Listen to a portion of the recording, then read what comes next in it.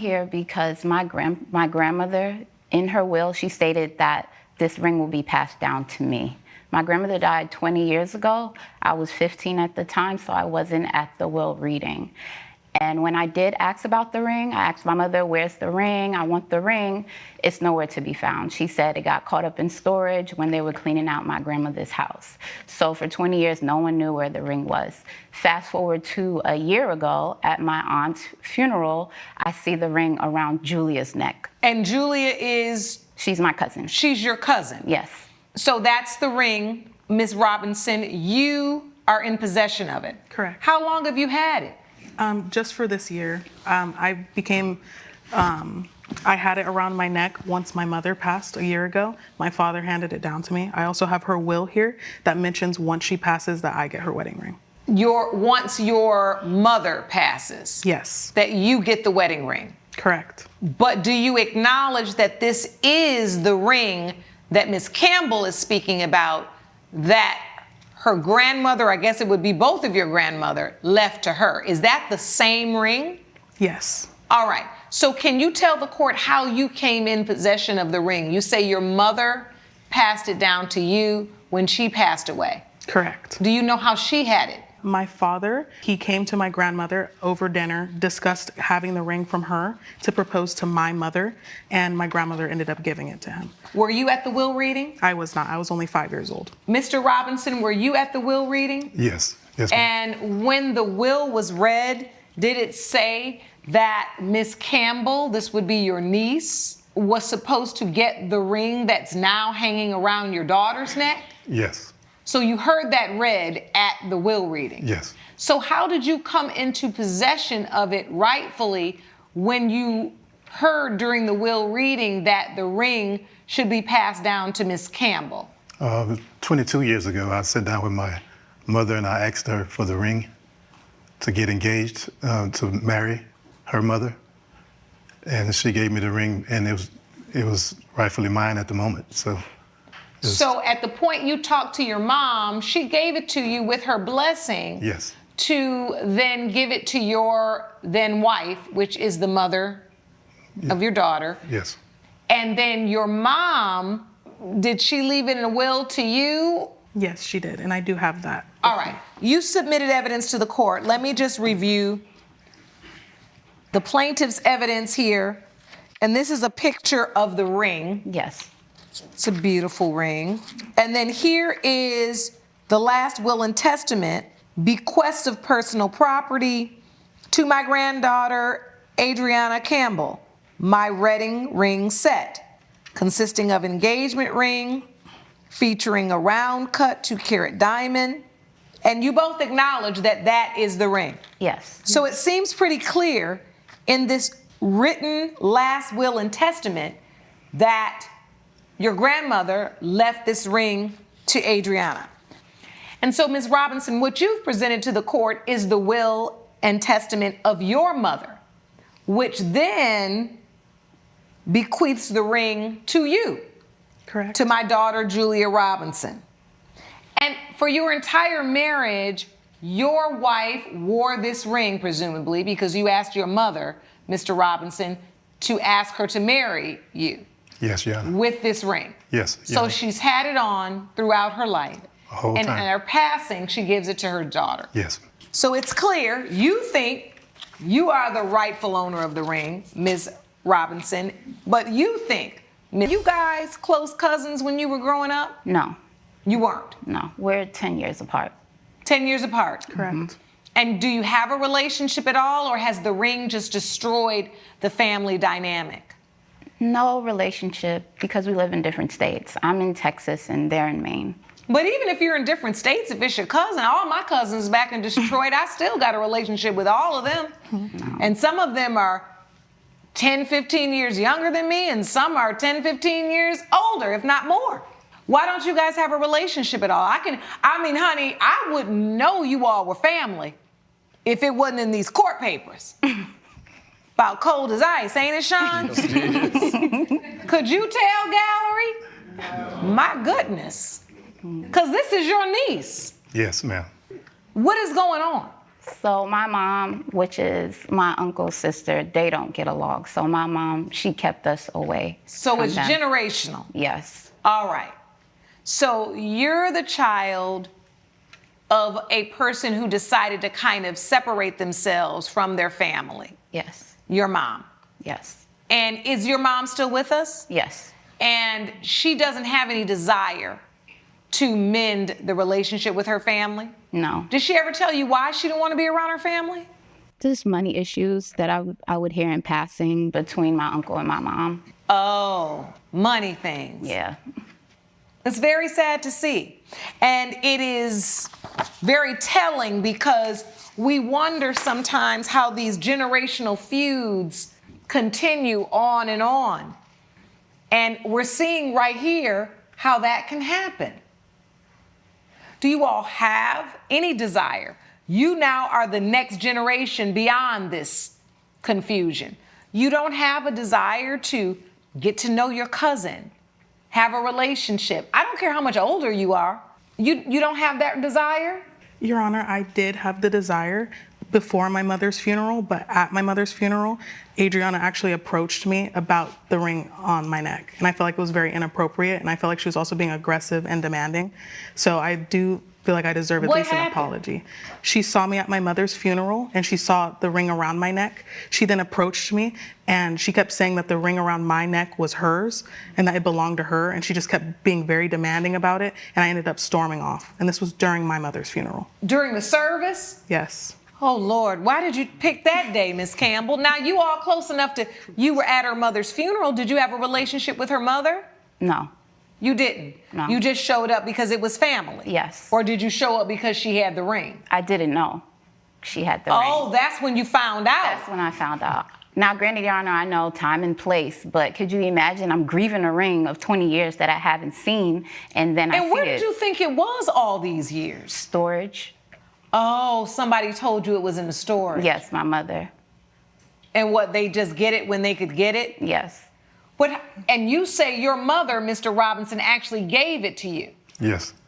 We sit down at dinner and I explained to her what I needed it for and why did I want it. So I told her, you know, that once I get married, that I would pass it down to my daughter to keep it going with a good spirit. And I'm gonna be honest with you, there's nothing that this court has heard today that would suggest that what you're saying is a lie.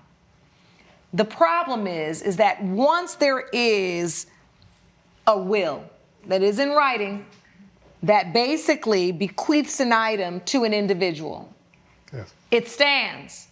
There's no other, will, a subsequent will, or a subsequent gift of your grandmother giving it to you in her lifetime that supersedes the validity of the will that's in place.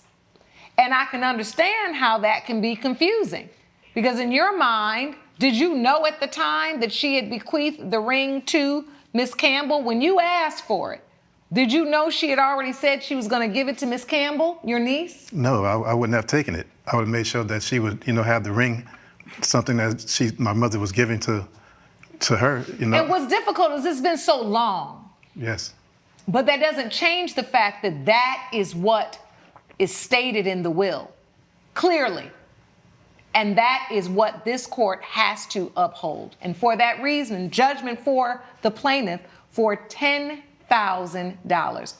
So, Ms. Campbell, this is a difficult situation because this ring that is a beloved piece of your grandmother's jewelry collection currently is hanging around your cousin's neck. And this court is clear in what the law is, that the written will stands, which means the ring belongs to you. But you're suing for $10,000, which is the state's maximum that you could collect. Do you want the ring still, or do you want the money? I want the ring, Your Honor. You want the ring? Yes. Well, as a person who, I wear my mother's ring, this is my mother's ring, and I wear at least one piece of her jewelry. I've worn a ring of hers for the last 20 years since she's passed. And I couldn't think of a dollar amount Right. that would measure to me having this ring, Robinson, because you too have such a connection to the ring through your own mother. And as a young person who isn't privy to all of these legalities, you believe your mother left you the ring. When did your mother pass? A year ago, A so year I'm still ago. Okay, so the judge just dropped the hammer, either give the ring back or pay $10,000. And Julia straight up says it herself, money is tight, they don't have $10,000 laying around. Ma'am, that's the worst answer you could give in a courtroom asking for 10 grand. You can't want the money and the ring at the same time, pick a struggle.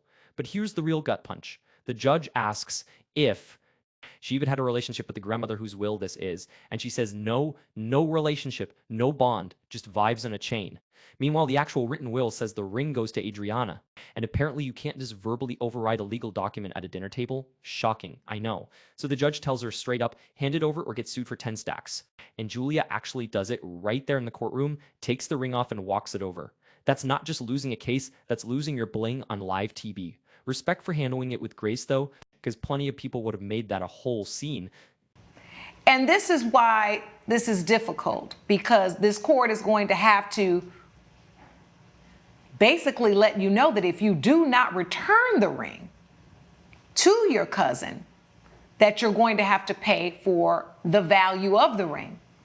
The fact that it's very clearly stated in your grandmother's will that the ring belongs to her would lead this court to award her that $10,000 maximum.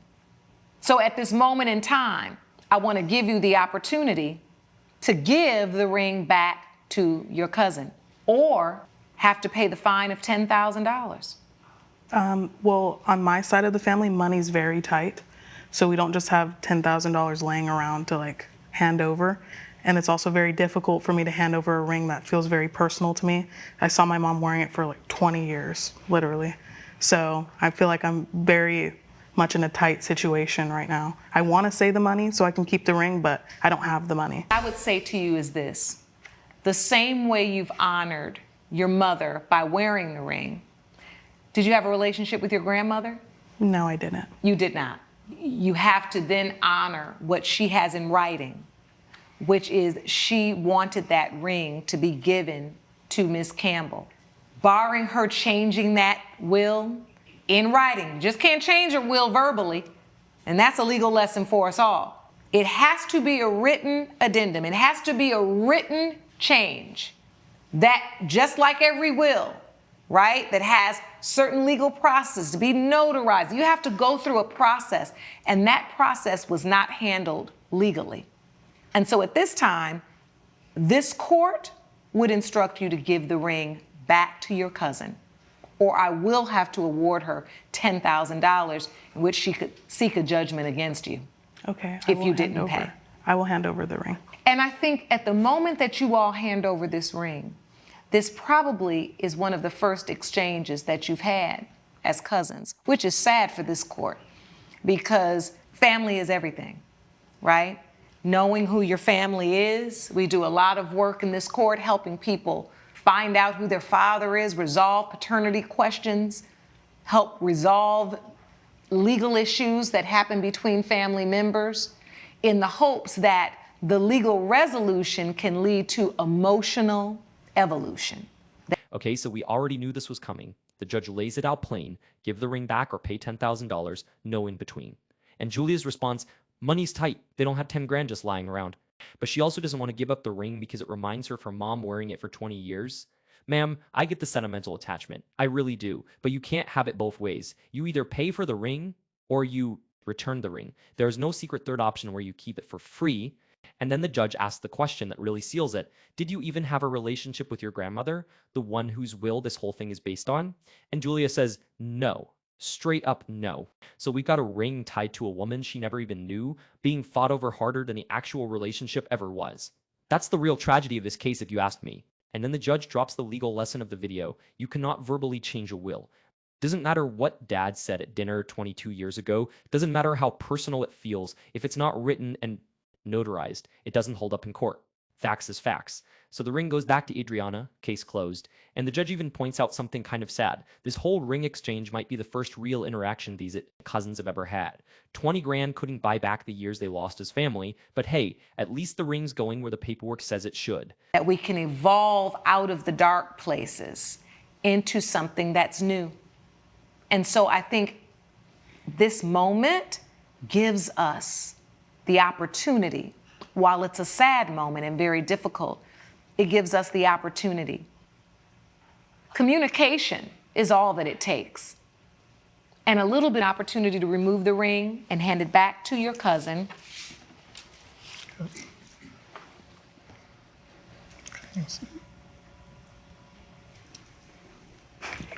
Feel free to step into the aisle. Thank you. You're welcome.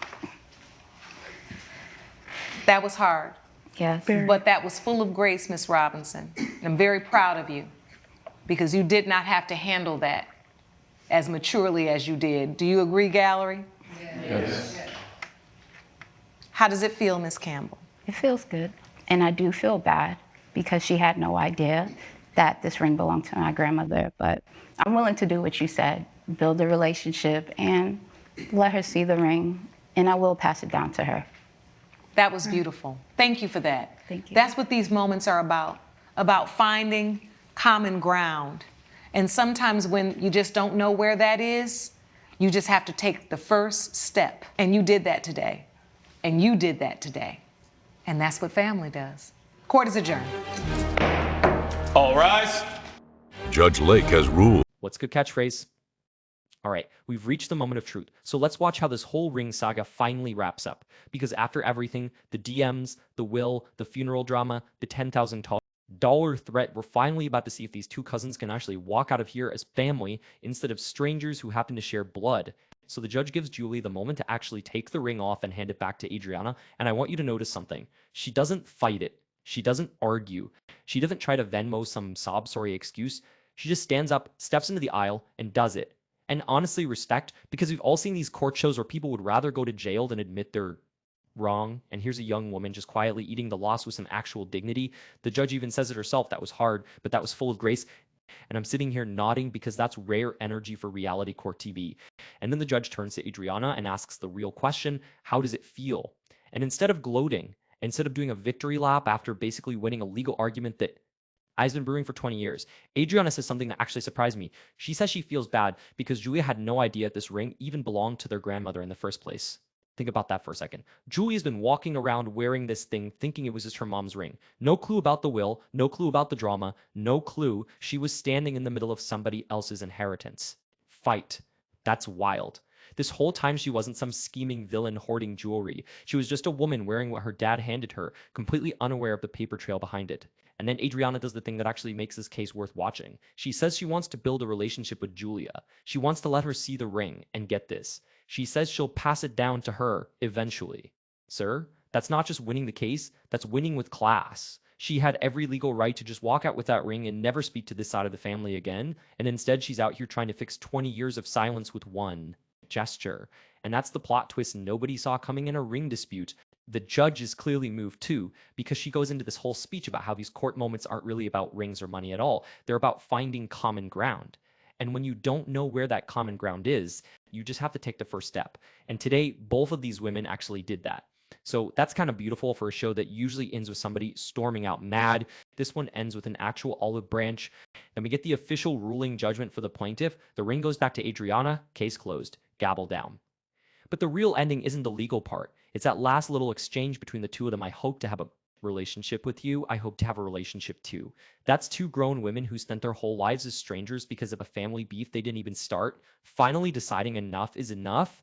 So here's my real talk on this whole case. This wasn't really ever about a ring. It was about two branches of the same family who got split apart by money issues and pride a generation ago. And it took a literal lawsuit for anybody to even acknowledge the other existed.